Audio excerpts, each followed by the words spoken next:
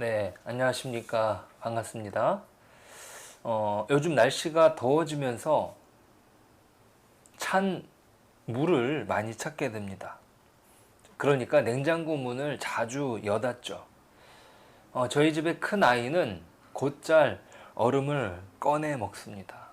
그래서 언제 그 얼음이 다 사라질지 알 수가 없는 것이죠. 저도 냉커피를 마시니까 얼음이 필요하다 싶어서 얼음을 꺼내면 바로 그 얼음 만드는 통에다 물을 채워 넣습니다. 근데 얼음을 먹는 속도와 얼음이 만들어지는 속도가 얼추 비슷하다 보니 얼음이 모자랄 때가 있습니다.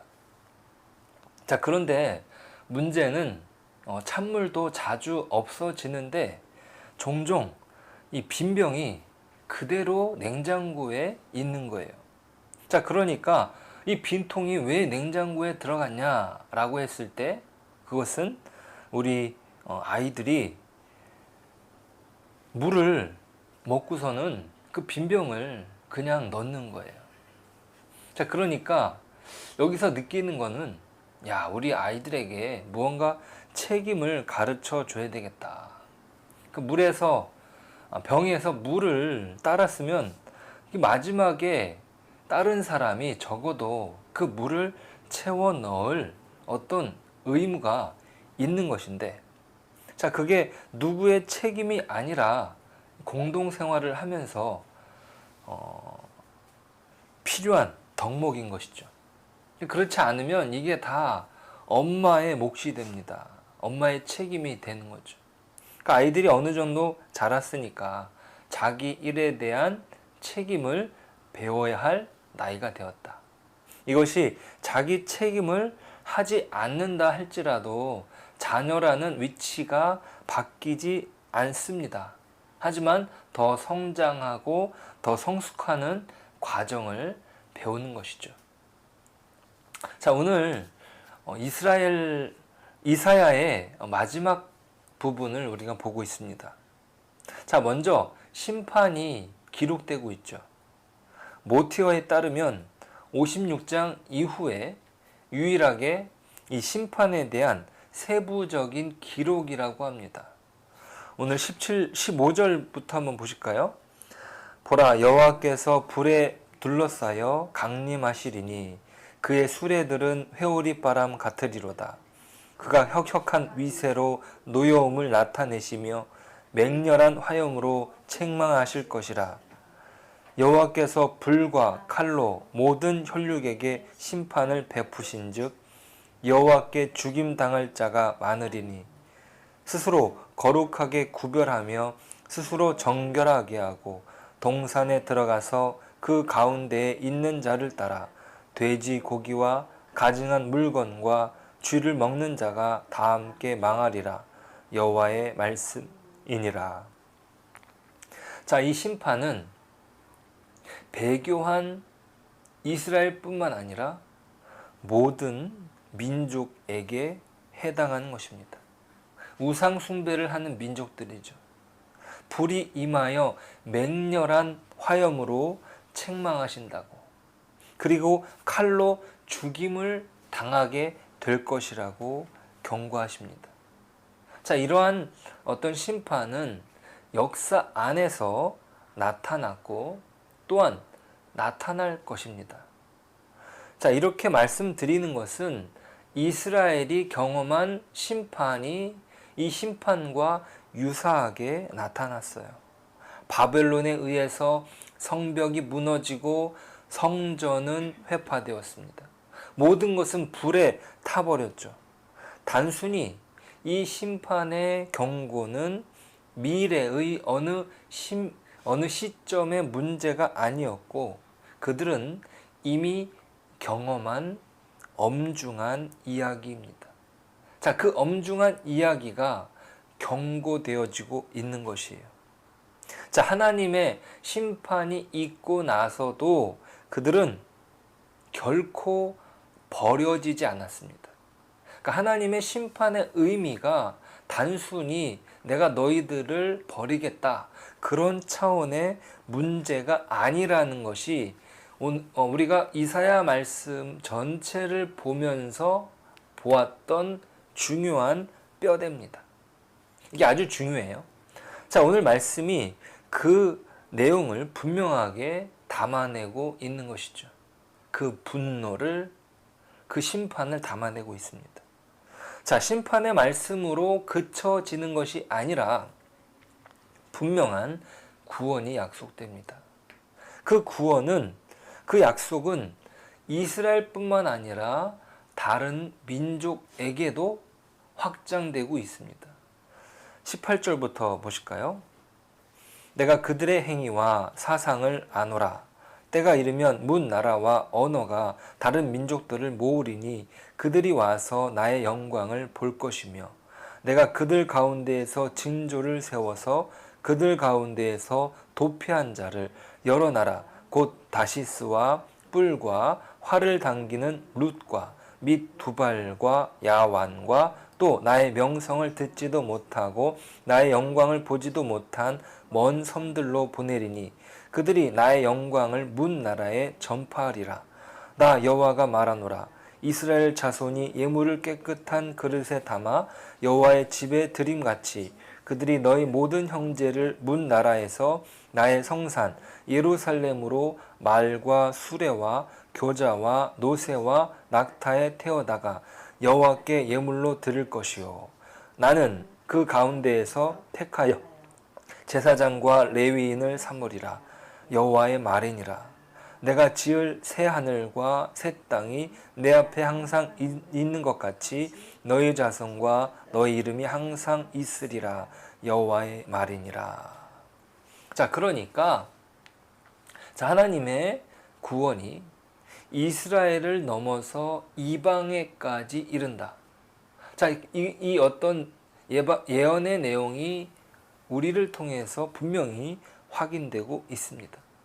자, 그러니까 새 하늘과 새 땅이 그 새로운 창조가 이스라엘에 국한되는 것이 아니라 온 인류를 향하고 계시다는 그 선교적인 세상을 향한 하나님의 뜻이다 밝히고 계시죠.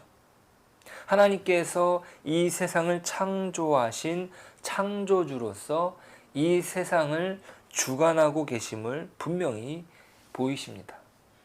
자, 그런데요. 자, 이 심판과 구원이라고 하는 이 두 요소가 서로 합쳐져 있는 것이에요. 묶여 있어요. 이것을 주목할 필요가 있습니다. 마지막 구절을 보시면 더 분명하게 보이는데요. 23절 보실까요? 여호와가 말하노라. 매월 초하루와 매 안식일에 모든 혈육이 내 앞에 나와 예배하리라. 구원이죠. 그 다음에 그들이 나가서 내게 패역한 자들의 시체들을 볼 것이라. 그 벌레가 죽지 아니하며 그 불이 꺼지지 아니하여 모든 혈육에게 가증함이 되리라. 자, 이 안에 심판도 섞여 있습니다. 자, 여호와 앞에 나오는 구원의 백성들이 모든 혈육이라고 기록되므로 이스라엘로 국한되지 않음을, 자, 그 구원은 그들이 패역한 자들의 시체를 보는 것으로 심판을 품고 있다는 사실을 알려주고 있습니다. 자, 이렇게 하나님의 구원이 우리에게 경고되는 심판과 어떻게 조화가 될 것인가 질문을 던질 수 있는 것이죠. 하나님의 구원은 실제적인 심판과 어떻게 조화될 수 있는가 질문할 수 있습니다. 이게 심판이냐 구원이냐 그리고 이것이 어떻게 섞여 있냐 이렇게 물어볼 수 있다는 것이에요. 자, 이스라엘이 하나님께 하나님의 백성임에도 불구하고 하나님의 심판을 받았습니다. 그들이 하나님의 백성으로서 실패했던 것이죠. 그래서 심판이 이루어진 거예요. 자, 그런데 그들이 그렇게 버려지는 것이 아니라 실패했다고 이것이 심판으로 끝나는 것이 아니라 구원으로 연결이 됩니다. 심판에서 구원으로 연결이 돼요. 자, 이 연결된 구원이 오늘 본문의 말씀으로 본다면 심판이 내포된 구원이다라고 말할 수 있습니다. 자, 심판이 내포된 구원. 이것이 어떤 의미냐? 자, 여기에 대해서 박영선 목사님이 정말 적절한 해석을 하셨다. 이분만큼의 해석을 볼 수 없는 것 같습니다.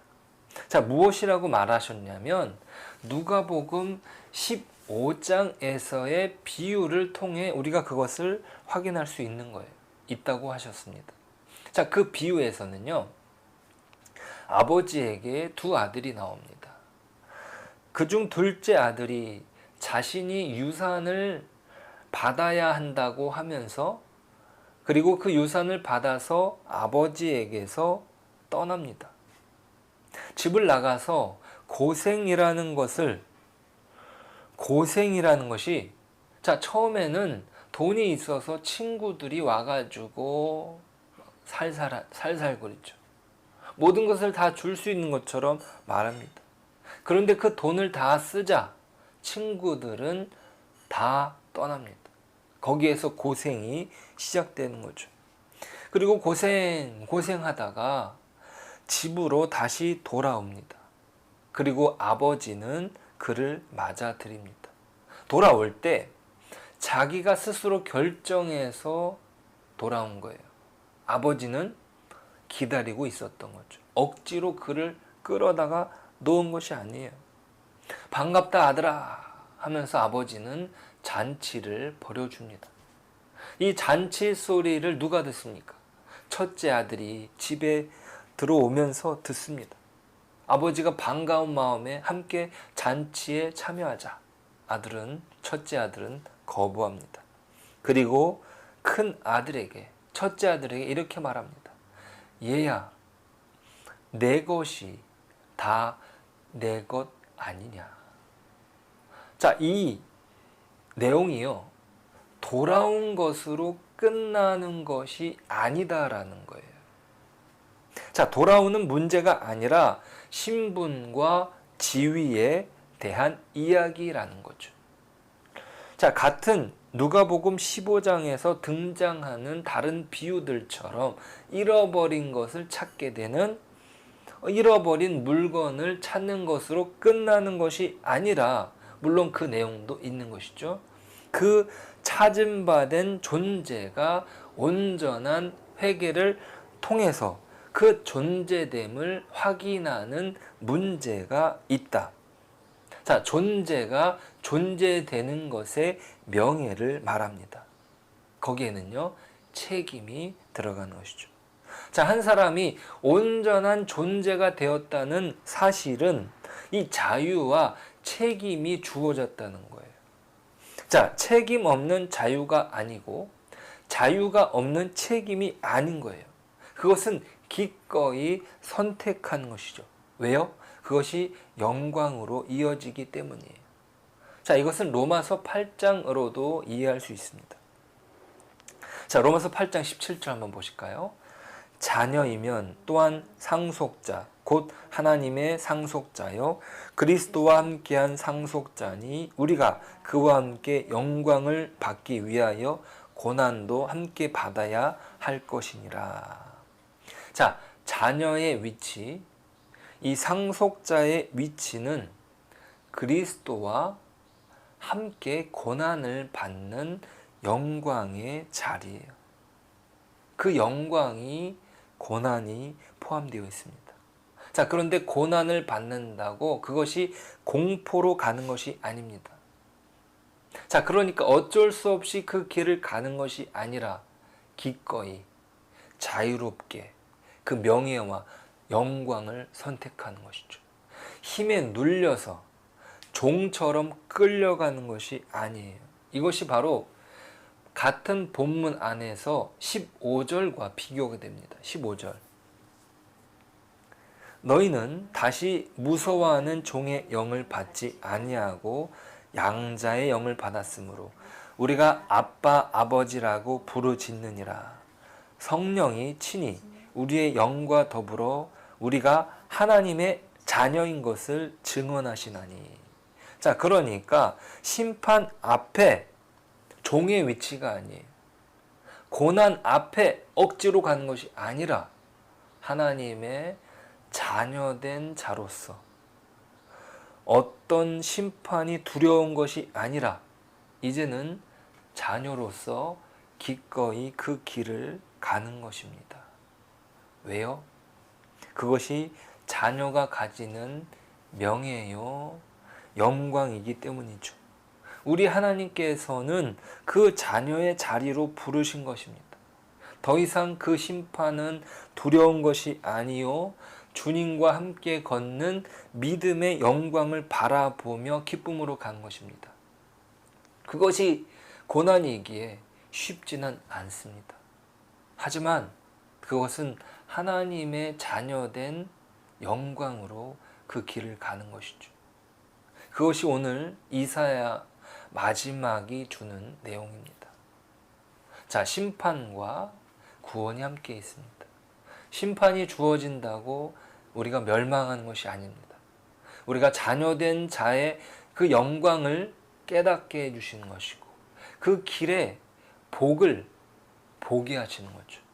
세상 속에 그 어둠 속에 갇혀서 그 빛을 못 보는 우리로 그 눈을 뜨게 하시는, 떠주게 하시는 그 심판, 그 채찍, 그 고난, 우리는 성령님과 함께 그 길을 가는 것입니다. 함께 기도하시겠습니다. 하나님, 감사합니다. 하나님께서 우리의 아버지 되십니다. 우리가 하나님의 자녀로서 이 길을 걷기를 원합니다. 이 길이 종의 길이 아니라 자녀의 길입니다. 무서워서 가는 길이 아니라 영광으로 가는 길입니다. 우리가 이것을 기억하고 주님의 영광, 주님이 주시는 모든 것을 누리며 오늘도 나아가게 하여 주옵소서. 그 믿음의 삶을 선택하며 살아가길 소원합니다. 예수님의 이름으로 기도드립니다. 아멘.